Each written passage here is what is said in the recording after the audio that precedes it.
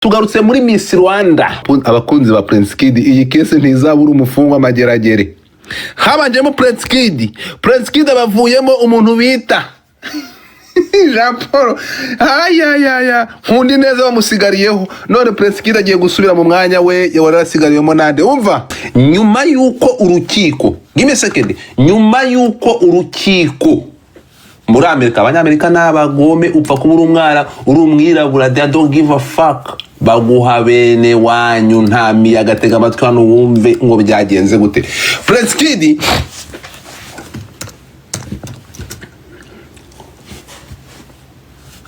Prince Kid byaje kurangira. Iyi nkuru ndayihera he? Bad bitch witabiriye Miss Rwanda. Amakuru angeraho ambwira ko Prince Kid se utimbere bwashyamba abantu bareko bataza. Amakuru angeraho ambwira ko Prince Kid nyuma yo gutakamba umuntu bita Eliza, umugore we, akarira ayo guhogora, akarira gatakamba, byafashe ubusa, nta kintu byigeze bifata. Umwanzuro w'urukiko wemeje ko game over. My friend, game over. Ntabwo naraba akaboko kubutabera nta hantu katagera. Gutoroka ubutabera kwiza no kwishira mu mugozi ukiyahura ugapfa. Mama yake Jesus. Aha, inkuru iratangira igira itya iti. Ndahera hano kugira ngo ninza kuza muri nyina muze kubyumva neza cyane. Nyuma yo kuburanira muri Amerika, Prince Kid yasomewe. Nyuma yo kuburanira ku bujurire bwo kutoherezwa mu Rwanda, nyuma yaho afatiwe muri Amerika atorotse ubutabera bwo mu Rwanda, urukiko rwa Texas rwategetse ko yoherezwa mu Rwanda akaza gukora igihano cye. Was matter of the time. Jesus was matter of the time.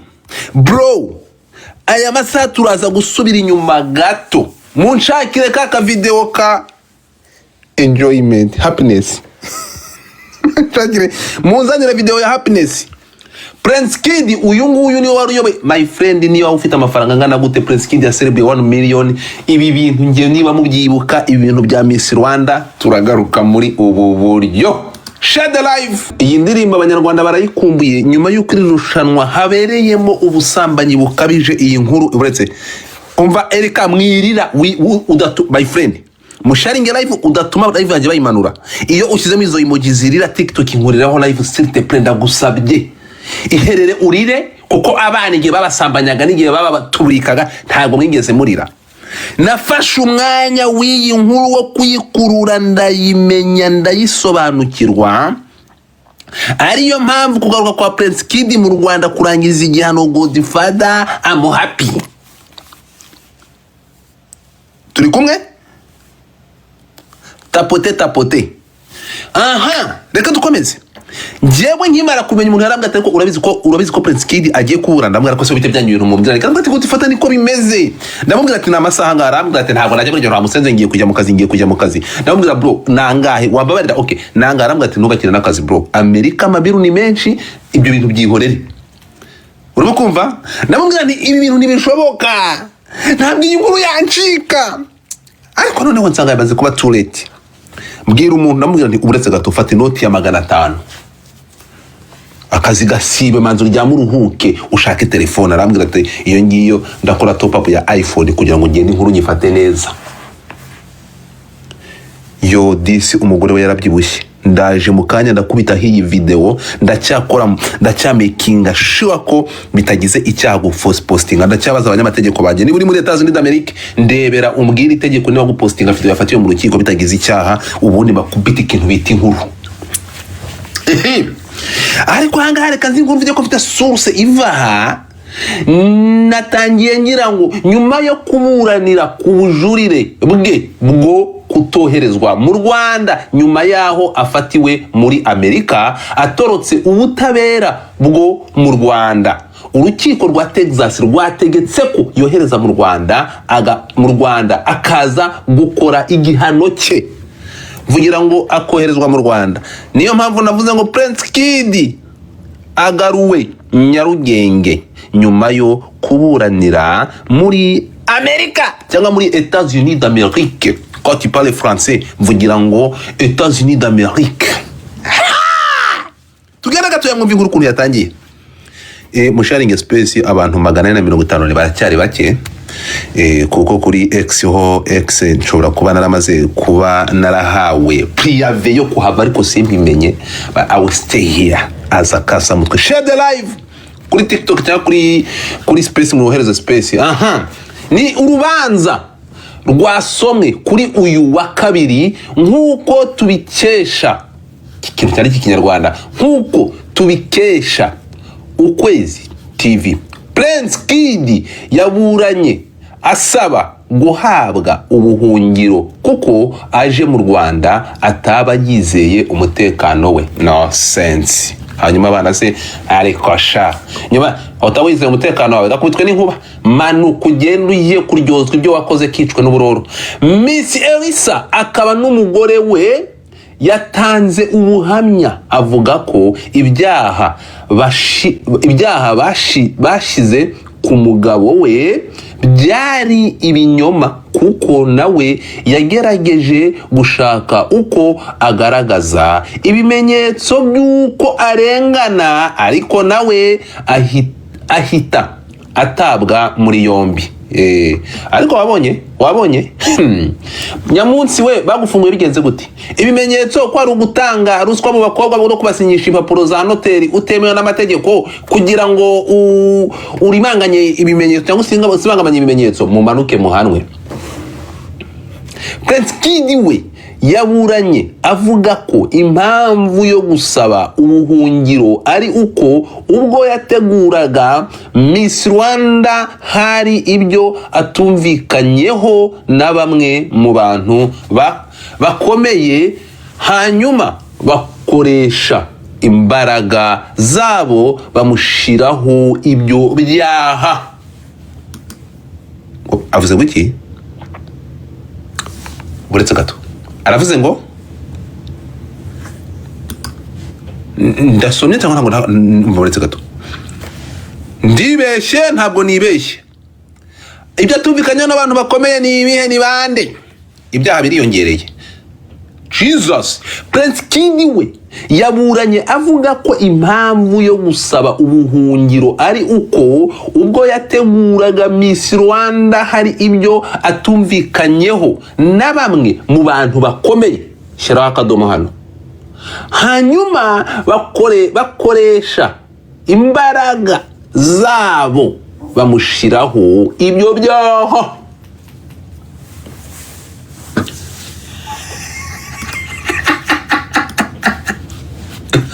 Uretse gato Prince Kid urakasa mutwe. Prince Kid urakasongoye ibi ntibigukuraho ibyaha baraguturubika ngo bande abakomeye nabaho utavuze mu butabe mu bushira cya bwa mbere. Twagiye mu sharing live ibyo mu rukiko byose nabibonye. Sharing live nibwo inkuru itangiye. So ku bantu iyi nkuru uko ivuga uko muri kuyikurikira no vuga ngo Prince Kid we aravuga ko yafuye mwizo kuri ibi nibyo biti bitakaragaze. Twari tugikomeje nyuma yo kumva uko yaburanye n'ubuhamya bwa Miss Elisa. Umucamanza wo mu rukiko ruherereye Texas rwanzuye ko agomba koherezwa mu Rwanda. Icyakoze ahabwa iminsi 30 yo kujurira. Ntabwo ingiza bro, iyi minsi 30 yo kujurira barakutumura barakumanura. Ngomba kunyumva bamuhaye iminsi 30 yo kujurira. Amakuru yashizwe hanze n'urwego rushinzwe iyubahirizwa ry'amategeko areba abinjira n'abasohoka n'imipaka muri Amerika ICE ngo ni wiki ICE avuga ko Prince Kid yatawe muri yombi kuwa 3 Werurwe 2025 mu mujyi wa Fort Worth muri Texas. Uru rwego rwavuze ko Prince Kid yari amaze iminsi atuye muri Fort Worth mu buryo bunyuranyije n'amategeko. Iki nacyo ni ikindi cyaha, gusa ngo yaninjiye muri Amerika mu buryo bwemewe n'amategeko. Ego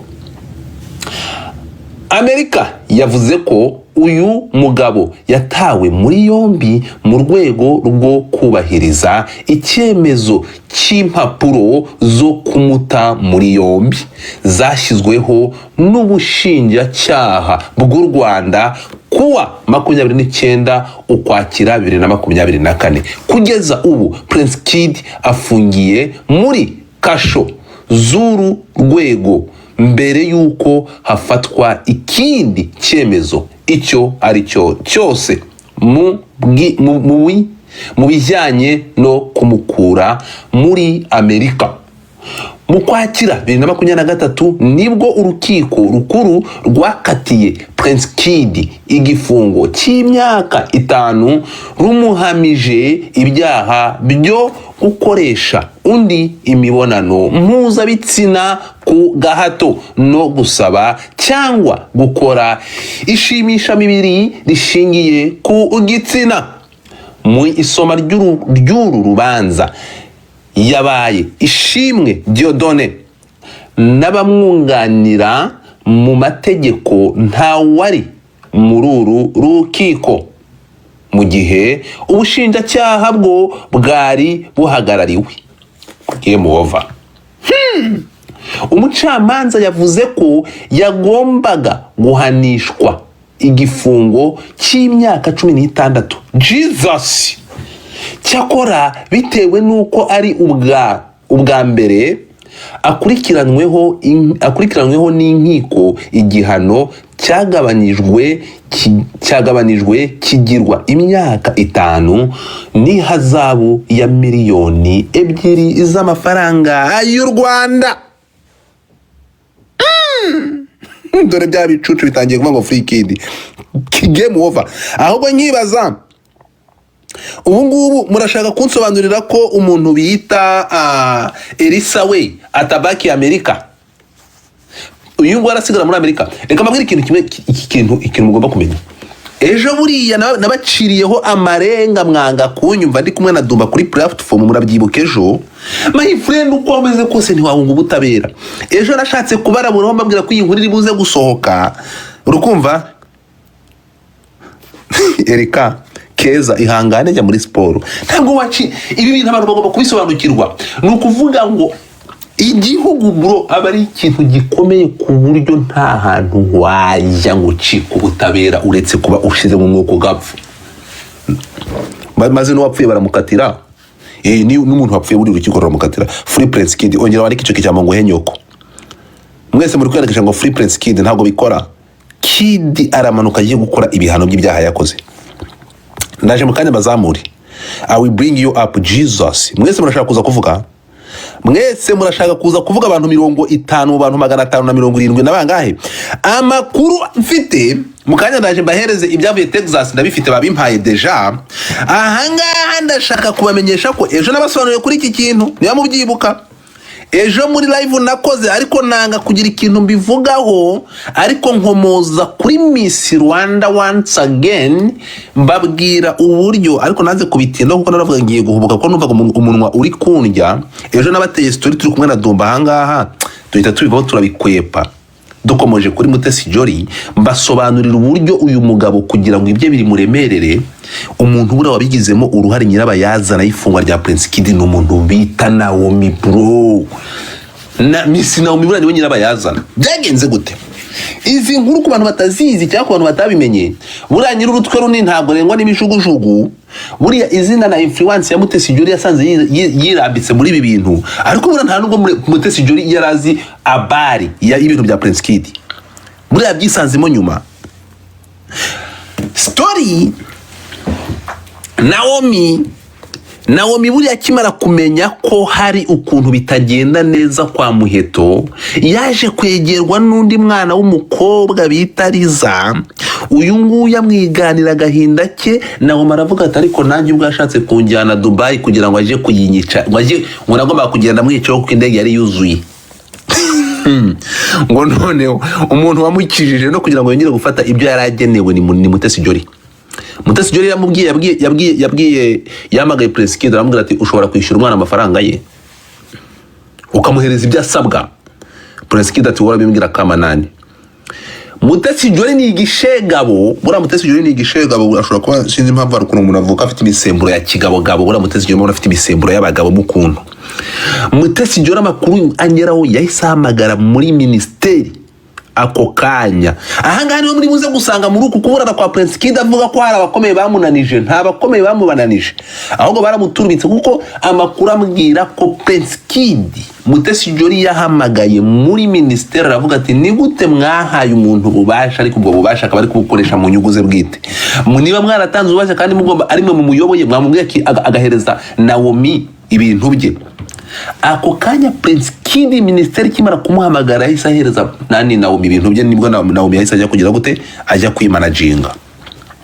So Mutesi Jolly wibuke bano bana baje, Mutesi Jolly yaramaze ntabwo ari generation imwe, yari yaramaze kuba kasamutwe, yaramaze kuba umujaje, abakobwa bose bamutinya, bano bana bamutinya, abenshi bashaka kumera nkawe. Agahinda kaba bantu undi mu minsi bakurikiye biyumvagamo gatoya ni Naomi, kuko yari generation imwe nabo. Naomi bano bana bakimara kumwegera yaravuze umuntu ushobora kudufasha, umuntu ushobora kudukorera advocacy n'ubuvugizi no wabunkoreye nanjye ngahabwa ibyanjye kandi bakabiba batandongoye. Ko Prince Kid yamaze kugira Prince Kid yamanje ko gushaka kurya Naomi, ashaka kumutwara Dubai ngo mu kazi. Urukunyumva? Noneho ngo ashatse kumurya ari mu kazi, aha ntabwo byamukundiye. Ikintu cyabayeho, Mutesi yafashije nani? Naomi. Buriya iki kintu hari ikintu abantu batasobanukiwe.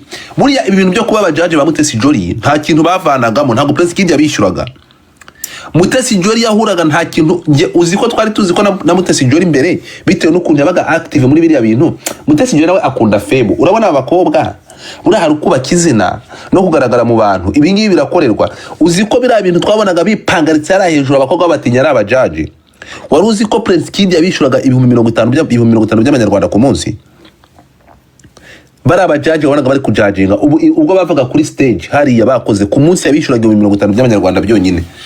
Nuvuga ngo babaga hari bari gushaka gukuza platform yabo no kugaragara, ariko yari fame gusa ntabwo bayibishyurwaga. Prince Kid yabaga 50,000 by'amadolari, 50,000 by'amanyarwanda ku munsi. So byaje kugenda gute hano rero? Naomi Mutesi Jolly akimara kubyumva yaravuze ati no, mwabana mwe. Mutesi Jolly yazize gutanga inama, mwabana mwe ntimwemere guhohoterwa, mwebwe mujye kwisabira ubutabera. Mukeneja niba mugomba gusaba ubutabera nimwemere gusuzwa ngo mubigenze gutyo. Hari ikintu mutibuka ku machat yasohotse, ntabwo ndi gusubira inyuma cyane, ndashaka kugira ngo mve bino bintu. Ku machat yasohotse muri iyi story, Prince Kid namara kugera mu Rwanda nibwo story tuzayitatamura neza. Amaze gukira mu rukiko, ngiye niba mubyibuka muribuka ko hari inkutwa twavuze ko Prince Kid, murabyibuka space nakoraga kavuga ati turamena umuceri Prince Kid namara kugera naba abaye umwere cyangwa atabaye umwere. Turi kumwe? Ahangaha inkuru uburyo ivugamo, iki gika cya kabiri nicyo kinteye ubwoba. Haravuga ngo no twumve igika cya cy'umugore we. Umugore we aravuga ngo ni urubanza rwasomwe kuri uyu wa kabiri nkuko tubikesha. Bureka ko hangana nabwo ariko Prince Kid we reka tuze hano. Miss Elisa akaba n'umugore we yatanze ubuhamya avuga ko ibyaha bashinja umugabo we, ibingibi babyanditse nabi, bashinja ku mugabo we byari ibinyoma. Twumve, byari ibinyoma kuko nawe yagerageje gushaka uko agaragaza ibimenyetso by'uko arengana, ariko nawe ahita atabwa muri yombi. So muri Texas nuvuga ngo Miss Elisa yagaragaje ko yashatse gutanga ibimenyetso by'uko umugabo warengana, birangira nawe atawe muri yombi arafungwa. Ahangaha harimo ikinyoma niba twarakurikira urubanza neza. Yafunzwe kuko yari yashatse impapuro mpimbano, agashaka noteri no gusinyisha bari abakobwa. Tugende gato twumve ngo Prince Kid we yireguye ati, oh God guy. Ahangaha reka tugende gato. Prince Kid we yaburanye avuga ko impamvu yo gusaba ubuhungiro ari uko ubwo yateguraga Miss Rwanda hari ibyo atumvikanyeho na bamwe mu bantu bakomeye mu gihugu Sebutindiri bwa Shyamba. Bakomeye, hanyuma bakoresha imbaraga zabo bamushyiraho ibyo byaha. Turashize. Mungu wangu,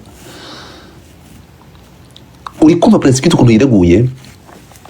Nyuma yo kumva uko yaburanye n'ubuhamya bwa Miss Elisa, umucamanza wo mu rukiko ruherereye Texas rwanzuye ko agomba koherezwa mu Rwanda.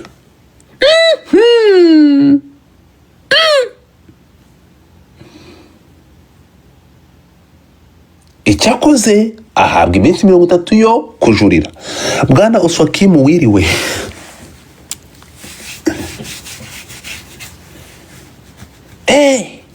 Muntize mu boosting, hari cyo bita ku boostinga. Ku boostinga ni igihe uba ushobora gusunika umuntu hari ku imodoka ibidafite umuriro bakayiboostinga. So ni abantu bayibone. Haleluya. Aha, abantu none reka babazi, ni gute abantu 809 muri gutapinga bafite tapi mu 40 mwa tapingiye screen ko mukanye ngiye kumvisha amajwi yo mu rukiko. Abantu 800 mwese tap the screen. Tugende ndabasabye. Urumva? So ahangaha rero mwabantu mwe ibi bintu bihindutse akasa mutwe. Abantu muri kumwe na Muheto mumubwira ngo hello.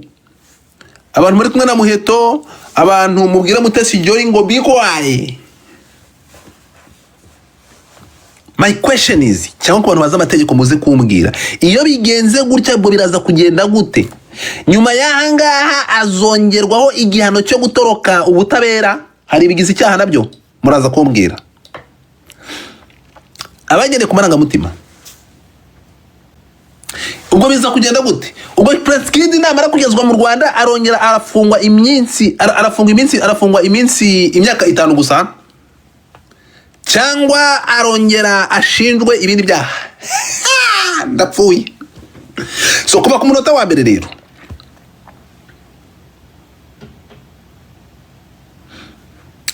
Osoki urahari cyangwa uramboostinga gusa? Wiriwe ushobora kubuhuze uburambwira kazina ndebe WhatsApp ariko ndahari ariko atari cyane. Godfather nimboneka ndaza ku interview kandi wakoze cyane kuri space kabisa. Umugabo mugaseke Mbohe Prince Kid man mworohereze. Umugabo mbwa nari ngiye munyemerere umugabo mbwa, ntabwo ngewe ndi mu bantu bakoze space ya mbere kuri iyi mihanda shaka justice ya Prince Kid ivuga ko yarenganye. Fata Mutesi Jolly nkamwita Yuda. Halo? Ibyo bintu bikimara kuba Godfather nafashe umwanzuro wo gukomanga kuri buri rugo Prince Kid yanyuzemo bro. Godfather nuri imodoka nerekera ahantu bita ku Kibuye, ibyahabereye byose Godfather nabonye amakuru n'urukiko rutabonye. Ibi ngibi ndababwiza ukuri ko ibi bintu n'urubanza rwa Prince Kid hari ibintu by'ubwiru bwabayemo mudashobora kumva mwebwe. Ndabibutsa ko aya masaha mu bintu byatanzwe mu buhamya telefone ya saa 8 za nijoro, umwana bita Muheta hamagara Mutesi Jolly. Prince Kid ari ku rugi avuga ati mbabarira nihumurize gusa. Mbabarira nihumurize. Ntabwo video twayibonye kandi urukiko rwagiye ku kibuye gushaka ibimenyetso. Jesus Christ. Mu rukiko ari ibintu bitavuzwe. Ntitwigeze twumva ibyabiriye muri Legacy.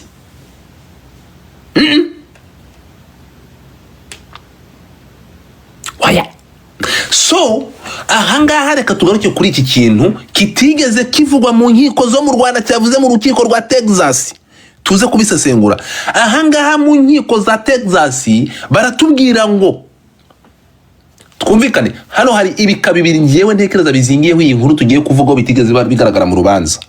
Hano umuntu bita Elisa, Miss Elisa akaba n'umugore wa Prince Kid, n'umugore we yatanze ubuhamya avuga ko ibyaha bashinze ku mugabo we byari ibinyoma, kuko nawe yagerageje gushaka uko agaragaza ibimenyetso by'uko arengana, ariko nawe ahita atabwa muri yombi.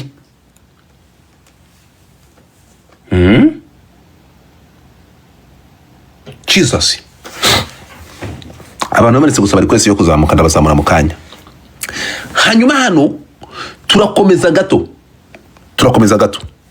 Ahanga turakomeza gato. Jesus Christ. Prince Kid we ahanga nyuma y'uyu mudamu harya Elisa we yazize iki? Muraza kumbwira icyo Elisa yazize. Yazize gutanga ibimenyetso agatabwa muri yombi, cyangwa niba mbyibuka yazize gukora impapuro mpimbano azitwara kwa noteri utemewe kugira ngo barabakobwa bamushinjure. Byari ibimenyetso. Yazize gutanga ibimenyetso, yazize gusibanganya ibimenyetso, ahubwo muraza kumbwira impapuro mpimbano. Prince Kid we yireguye ate? Prince Kid we yirekuye avuga ngo Prince Kid we yaburanye avuga ko impamvu yo gusaba ubuhungiro ari uko ubwo yateguraga Miss Rwanda hari ibyo atumvikanyeho na bamwe mu bantu bakomeye. Bambora iki we? Hano tugende gake. Abantu bakomeye, mu bantu bakomeye, aba bantu bakomeye kano kantu muhashire akadoti. Muri aba bantu bakomeye Prince Kid ari kuvuga ni bandi? Muri aba bantu bakomeye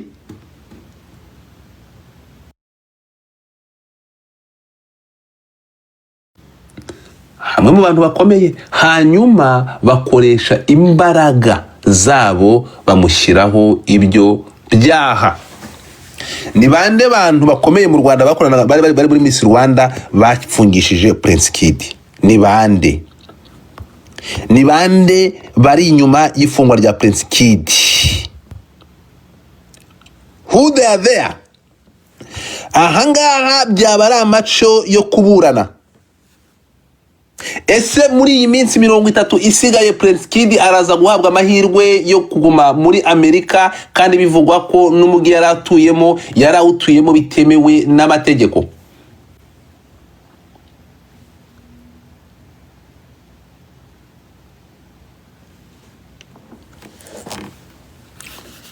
Ibintu nagahoma munwa.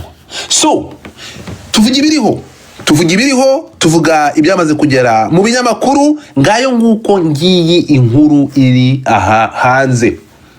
Ese Prince Kid namanuka muraza kumbwira niba hano hari umunyamategeko? Yego ko Muramira, Maître Muramira Innocent Gebareko Sebu, uze kumfasha nuri mu bantu bakurikiye urubanza rwa Prince Kid, hanyuma umbwire mu mategeko hari amahirwe yuko Prince Kid nyuma y'uru rubanza aho umushinjacyaha wo mu mujyi wa Texas ahamije ko Prince Kid agomba, reka mbasomere hano gato, nyuma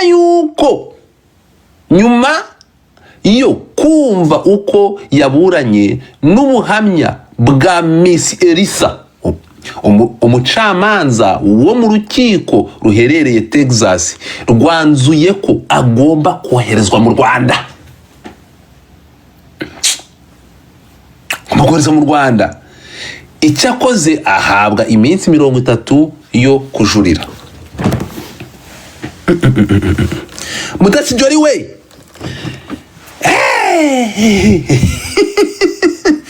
Mutesi Bwana Maître Innocent nibigukundira uze kumfasha kuri ibi bintu umbwira uko ubibona niba hakiri amahirwe nyuma y'ibi bintu n'iyi myanzuro ko Prince Kid agomba kumanuka mu Rwanda kuko twibuke ko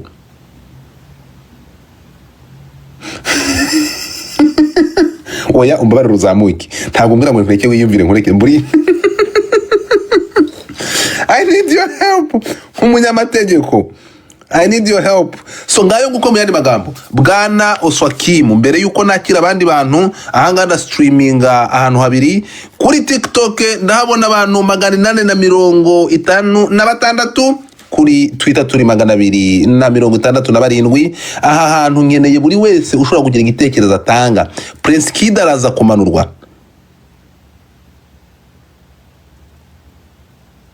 Wiseka turi abafana babo bantu urimo kuvuga. Bwana Motari uze kuzamuka umbwiye ngo iki?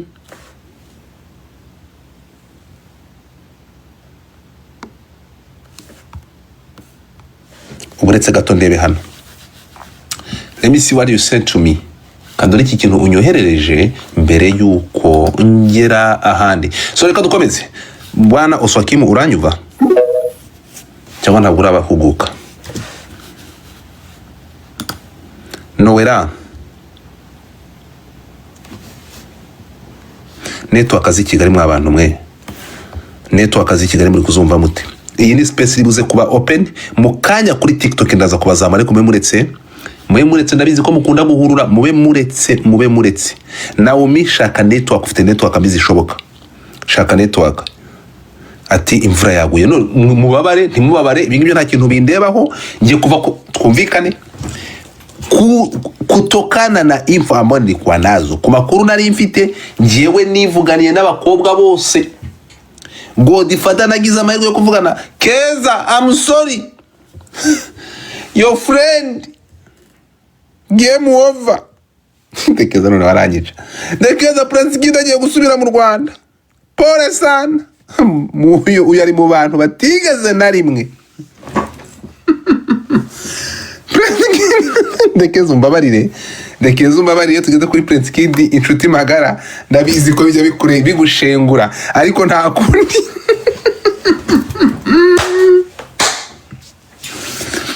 iyi nkuru bayivuze abantu bakomeye nitwanga kubyumva Motari zamuka mwihangane ngiyewe nuko bimeze ntabwo nishimiye ifungwa rya Prince Kid ntabwo nshimishijwe nuko asubiye mu Rwanda mwihangane uku niko bimeze Godfather nta kintu mfana Prince Kid mu ntega amatwi mu nyumve ntihagira umuntu ufata nabi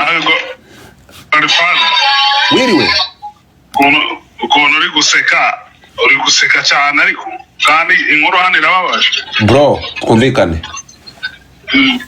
twumvikane sibyo nta kintu kibabaje igihugu cy'u Rwanda ni igihugu kigendera ku mategeko ntabwo igihugu cy'u Rwanda ntekereza ko bashobora kuranganya Prince Kid turi kumwe urukumva so the thing is dutegereze nageraje gufeshinga ubutabera abafana bamwe bagiye bafite impande bariho tu ntabwo none se Godfather bro reka zibabwire abantu muri kuri TikTok nababwiye ko abantu muri kuri TikTok Godfather ntabwo njya mpubuka wena nk'abantu bari kuri TikTok siko bimeze abantu bari kuri TikTok bona abereka bigakunda abantu hafi 900 muri kuri TikTok ngiye guhengeka telefone ngo murebe hano uri no kuri TikTok kuri TikTok mfite abantu hafi 900 barakurikiye bumiwe ariko niho hari abafana ba Prince Kid bose ngo free Prince Kid bigera mu bigira migration ya Amerika ahanga ndasoma inkuru nkuko yanditse uri kunyuma turi kumwe ariko ahanga ndashaka kubereka murebe hano dore ngibi Dallas US immigration urukumva and customer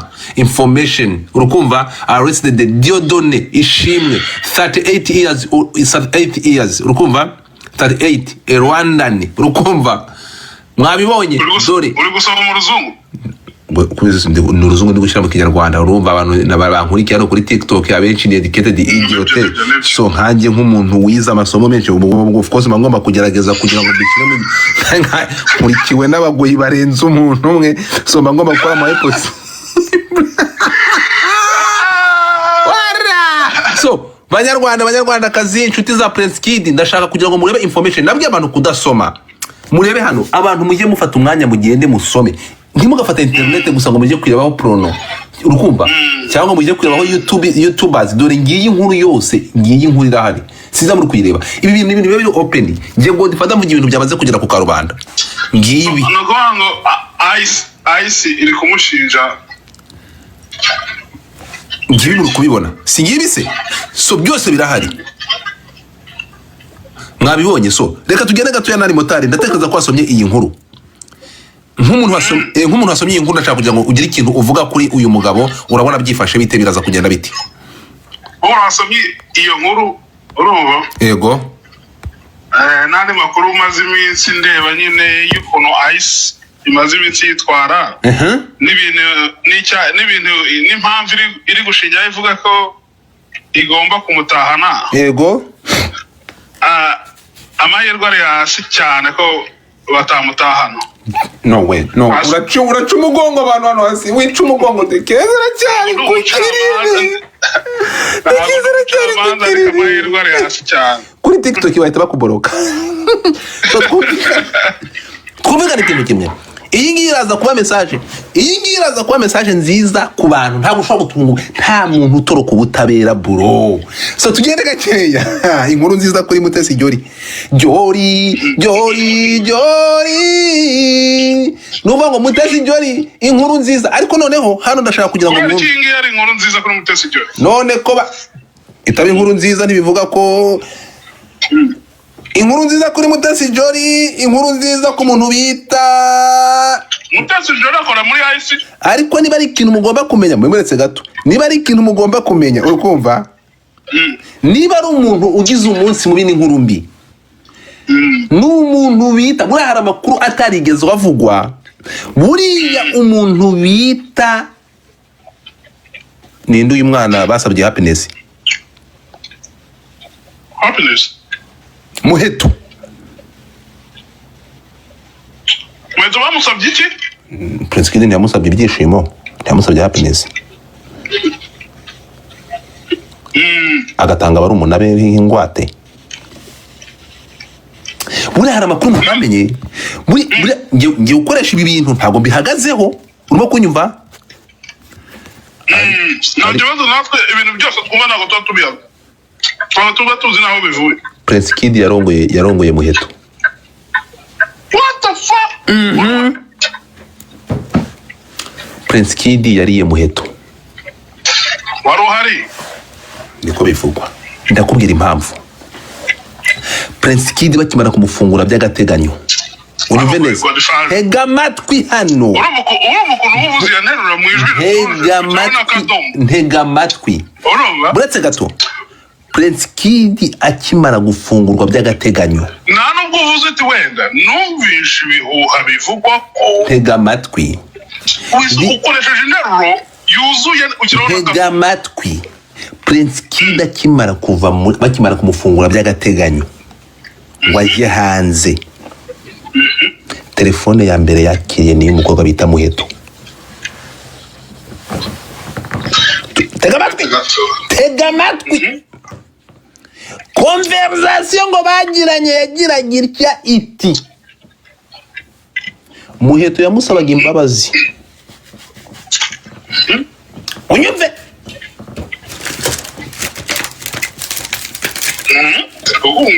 aramubwira ati se n'ubundi iyo nkigusiga byari kuba bitwaye iki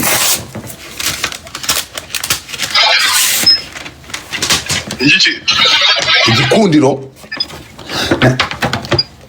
wari wumvishe iki so tugende gatoya hano kuri abantu bimugira okay komeza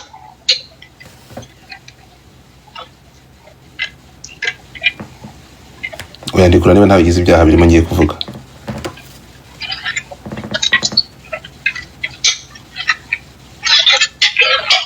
komeza Godfather ahangaha niba ari umuntu washimishijwe no kubona umuntu bita Prince Kid atorotse umuntu washimishijwe n'icyo kintu ni umuntu bita Muheto umuntu washimishijwe no kubona Prince Kid aciye muri go akarenze amakuru mfite nimba bwira itoroka rya Prince Kid ngo yatwawe n'ubwato buroba indagara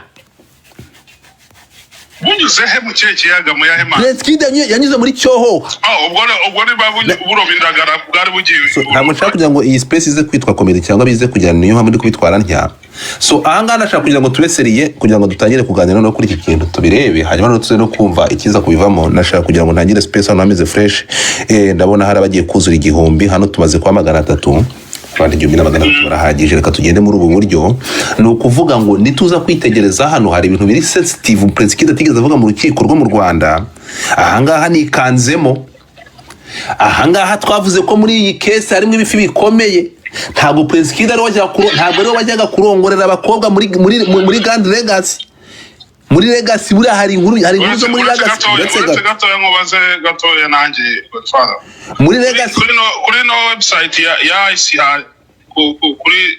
kuri newsletter yayo hari nditseho ko noza Prince Kid bamushinja ko yavuye mu gihugu cyakoze ibyaha birimo rape babimenye gute babahaye case nka my friend uretse gato ni ukuvuga ngo ubushinja nuko ubugenza nari ubutabera bwo mu Rwanda ni ubutabera bwo mu Rwanda ngo n'intuzo si ubugenza cyaha reka nze bigusuka kagusomera icyo gika turi kumwe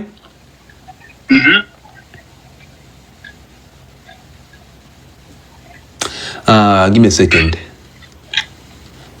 hano baravuga ngo Amerika yavuze ko uyu mugabo yatawe muri yombi mu rwego rwo kubahiriza icyemezo cy'impapuro zo kumuta muri yombi zashyizweho n'ubushinjacyaha bw'u Rwanda kuwa 29 Ukwakira 2024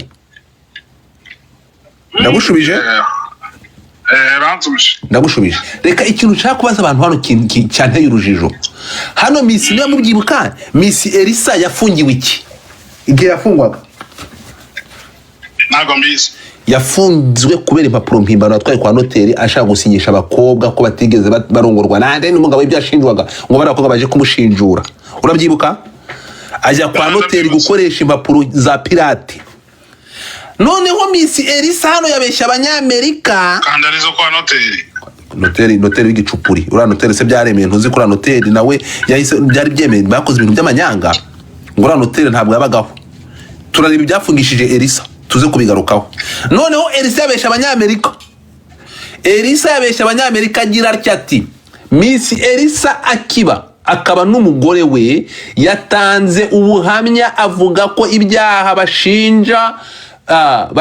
bashinje ku mugabo we byari ibinyoma kuko nawe yagerageje gushaka uko agaragaza ibimenyetso by'uko arengana ariko nawe ahita atabwa muri yombi turashize wumve ari kubwira abanyamerika ari kubwira abanyamerika ariko afite video ngewe ndakubwiye mfite video na umwana ndaje mu kanya nacyari bane byemewe n'amategeko ntaza muri Amerika bahita bakuzirika ariko video muri DM nazitangazo umuntu ushaka video y'urubanza rwagenza yinsabe ndayifite kame ndaje nkakoherereza yarike kuri WhatsApp nkaguye hanyuma ahangaha ndafite byose ku byagenze byose ndabifite kuko hari ibintu byateguwe ejo nabivuze ko kuri ntuza kuri live ariko bigenza gake kuko nari ntegereje ko bisohoka urabona ira website nabonye nawe ira website uyifite ira website twari dutegereje na freshinga ariko ejo twabivuzeho ejo mbere yuko bidasohoka ko nari namaze kubona ka video deja ariko ndatinya so ahangaha tugaruke gato wumvishe Elisa ha Elisa turaza kuhavugaho reka tujye kwa Prince Kid rero ko yaburanye ate Prince Kid akimara gufata ijambo This Elisa karabyibushye urereka nzure muri video ukuntu Elisa kameze kwabaye kenja urukumva ariko ko nyine ku umugabo we afungiwe muri transit uzana umugabo afungiwe hamwe se muhungu yari afungiwe Oyanga umwe muri forward undi yari ari muri Nevada. No, ndavuga the self it's immigration. Si byose akaza gufungirwa hano sema ngo yarafungiwe ndababaye koko. Ahanga turebe ukuntu Prince Kid yaburanye sasa. Prince Kid hanaburana umva ukuntu yavuze. Ahanga nikanzemo numvishe mfite mwubwoba Bamporiki niwe ndibuze kuvuga ko Bamporiki ntabwo akiri umuyobozi. Bamporiki buri umuturage nka Godfather nzongera gushyiramo utwitso wongeye gusura mu buyobozi ubu uri simple individu nkanjye ureke nkuvuge. Ntabwo rivuze undi muntu muyobozi. Bamporiki gutukora ugira menshi. Si Bamporiki ari muri iyi case. Agase harwa yasubiye mu nshingano. Sinjya mvuga umuntu uri mu nshingano ariko Bamporiki niba aya masaha nta kazi ufite utakiri mu nzego za leta isaha yari yo yose wakongera ukajya ubu ngubu ni mu runa yazibayemo usa n'abantu mwubahiramo ko yazibayemo none ngenda mwubahutse wowe wari wayobora n'akagari ntaramwubahutse se akagari kangwa abantu bangahe terwa naho gaherereye okay akarimo benshi ni bangahe ntabwo nibuka byasaba guhamagara muri Kabuga ya mbere mbariza wumve ninde muntu uri mu haje umuntu umbwira mu kagari barimo abantu bangahe Kabuga ya mbere bore yari bangahe Keminike ko yayoboye umurenge waje ukamfata wayoboye akagari ntore gitifu ya Keminike mbere yuko bya ukaza ko mu influencer ngo yinumbwire ngo kari kangwa abantu bangahe ariko basuzugura sha Keminike yayoboraga yeko no Keminike amugize giti byabaye gitifu usanye yakubitaga abaturage oya yayoboraga neza yabiyoboraga neza ariko inzara ngo abona atari kubona inkweto suppressor itabivamo urumva baba ntabwo byakundaga ariko yabaye nguyu yabaye gitifu sindi kumubeshyera so icyo cyangwa kukubwira hano mfite abantu 1,400 barenga kagari babaneza amatwi aba bari niko bimeze ndenze so impamvu mvuze gutya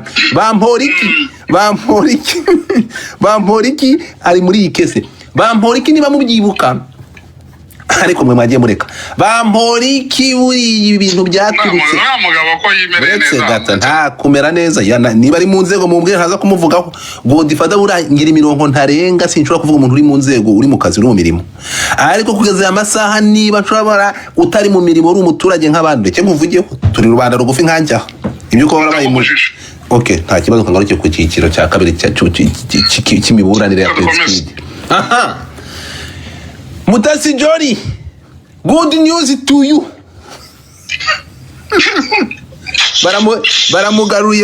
baramugaruye ntabwo ndivuge nka nuza wa mushuti wa wafunzwe nini uretse gato nangize hano why is this good news to Johnny uretse gato Johnny we uretse gato hano ngiye kujya mwumve hano ikintu cyanteye ubwoba ahangaha nukuri ibintu biratangaje hano ni kubona nk'amagambo mashya Prince Kid we yaburanye avuga ko impamvu yo gusaba ubuhungiro ari uko ubwo yateguraga Miss Rwanda vugira ngo Miss Rwanda oya ntabwo uri kubivuga neza kambivuge muri ubu Miss Rwanda tebiri bwashyamba akagari kagira abantu 7,000 yewe ndacyari muto cyane ko ntabwo ndahosting 7,000 oya so tugende gato cyane Godfather nanjye kubaza reka manze some kino cyiciro kuko niho ruzingiye wiri wari kuje baranze uransuza ariko kingira ikinyabupfura niyo mpamvu utari kubona n'abaturage ngo bishoboke Godfather ya mumere yakubita akaririmbo keza wari abademu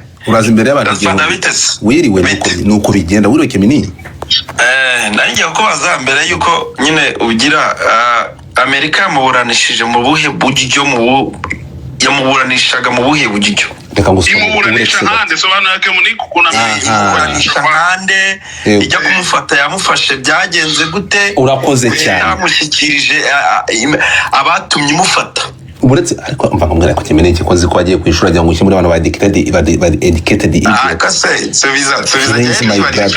ndagusubiza Keminini wagiye kwishura graduating Keminini ntabwo wakoze reka ngusubize ndagusubiza gutya no kuvuga ngo hano biroroshye urambwiye ngo urabaje ngo Amerika imuburanisha nkande reka ngusubize uretse nyine rero ndabigusubiza mushaka yiki tega amatwi hano biroroshye cyane hano Amerika iravuga iti urukunyumva Amerika yavuze ko uyu mugabo yatawe muri yombi mu rwego rwo kubahiriza icyemezo cy'impapuro zo kumuta muri yombi zashyizweho n'ubucamanza n'ubushinjacyaha bw'u Rwanda ku wa 29 Ukwakira 2024. Ndagushubije rero mane barakagufatira ku mihanda aho ngaho ndasubijwe niba ubushinjacyaha bw'u Rwanda bwarashyize impapuro zimufata urabibonye. Yego aha ngaha rero tugende gakeya bariga none impapuro za ICC wazibonye zimwoherereza zimwe mota cyangwa mbwire nzimuhe. aha ngaha rero tugiye kugenda gato Keminike, ikintu kintangaje nkabikizungereza mu sharing space kuko ibintu birakomeye. Turaza no gusubira inyuma gato, munyemerere iki kiganiro mukanya ndamutinga munyumve neza cyane mwa Abanyarwandakazi. aha ngaha hari ibintu bibiri ikiganiro kiri kuba recorded icyo ngo ki YouTube egoko cyane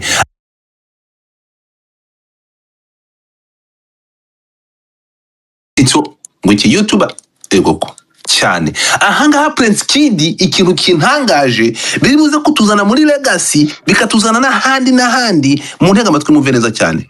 hano Prince Kid mu kuburana ko yateruye agira ati munyumve neza cyane.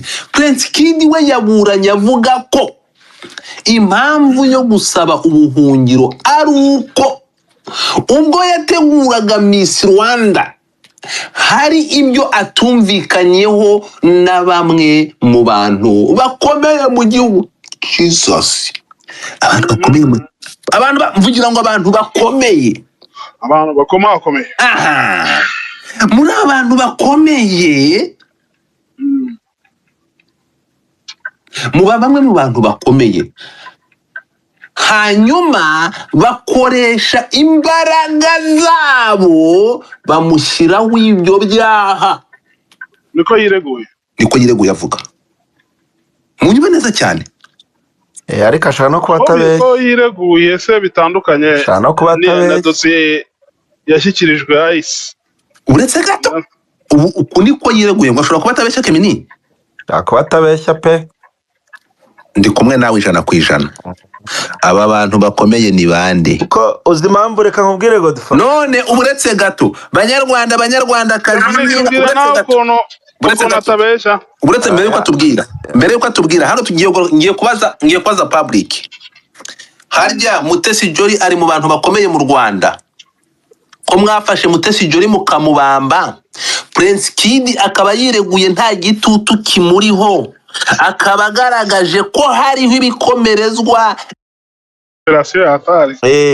ni operation nayo ubwayo yakurikirana abatumye agenda.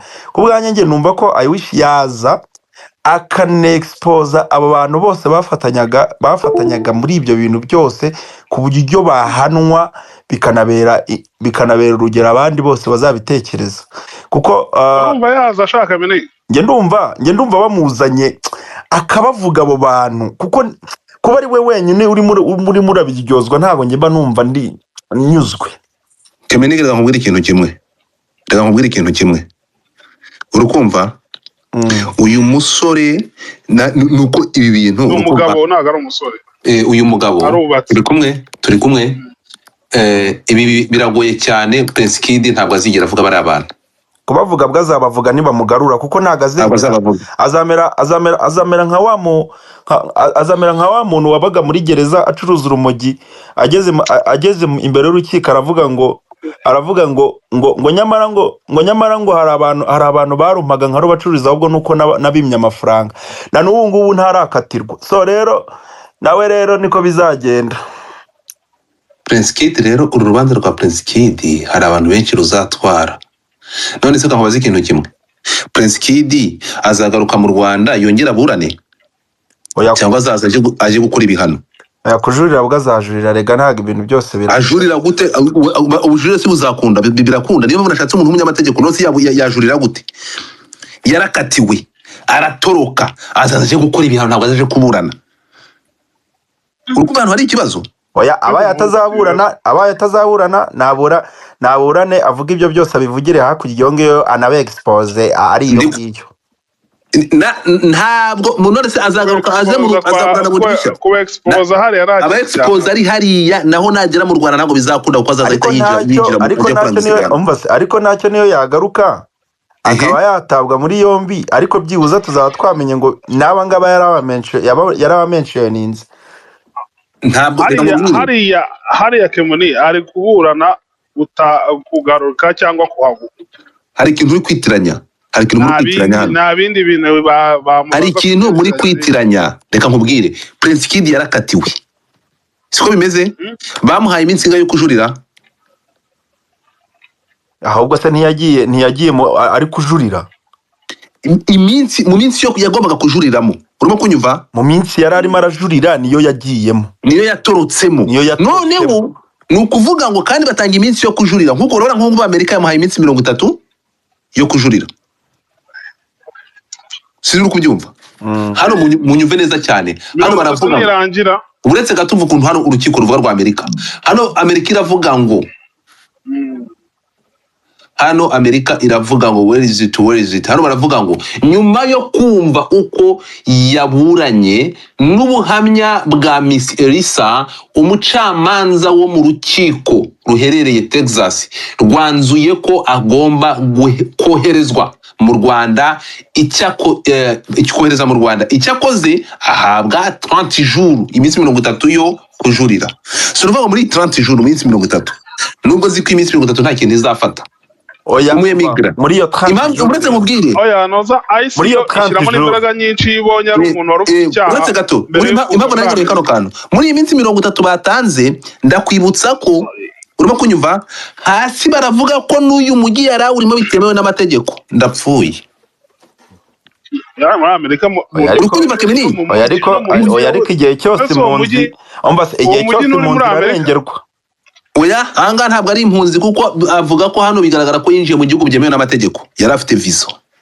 So tugende gakeya impamvu twari tukotinze kano kantu. Nase uwo mujyi uri muri Mexico? Ntega amatwi. Suri muri Amerika? Ko se wagabanijijwe ko ngiye mbere kuvugira hejuru. Aha ngaha abanyarwanda kazi twumvikana ikintu kimwe. Ibyo Kemeni bivuga ngo azaza ngo aba bakomeye ahita bashyira hanze, ntabwo bishoboka kuko Prince Kid iminsi yo kujuriramo iyi ngiyi ntabwo izakunda kuko Prince Kid yavuye mu Rwanda, yatorotse ari mu minsi yo kujurira. Siri uri kubyumva? Niba umwibuka igihe cyo kumutwara, igihe cyo kujya kumutwara Mageragere bagiye kumushaka, twaramushatse turamubura. Nibuka bari guhamagara ahantu hose, abanyamakuru bari guhamagara, bagahamagara urukiko rukavuga ati oya ni muhamagare gereza, kuri gereza bakavuga ati so umuntu mwana mudusikirije nta wigeze ugera aha. Urabyibuka? So Prince Kid ntabwo bazamuha amahirwe yo kongera kujurira. Amahirwe yo kujurira bamuhaye n'iminsi yo kujuriramo we yayitorotsemo. Rero ntabwo afite amahirwe yo gushyira aba bantu hanze. Byaje umusaruro ari Godfather byaje umusaruro rwose. Ari ibintu biba bidasobanutse. Umuntu yatorotse arimo arajurira. Kandi ibyo bintu kandi muzi ko no gusohoka igihugu biba bitemewe, ngira ngo na passport yawe baba bayifite. Umuntu arasohoka barangije baravuga ngo umuntu yarasohotse ntihanakurikiranwa ngo byibuza banatange na statement bavuge ngo uyu muntu yasohotse byagenze gutya n'abamufashije n'aba ngaba, twumve ko bagomba no ariko se ariko uri muzima uretse mubwire barabiretse baricecekera, umuntu aragenda. Abantu nyine turabanga umuntu yatorotse gutyo se tu nyine aragenda. Mbakubwira ikintu ugomba kumenya Kemenike.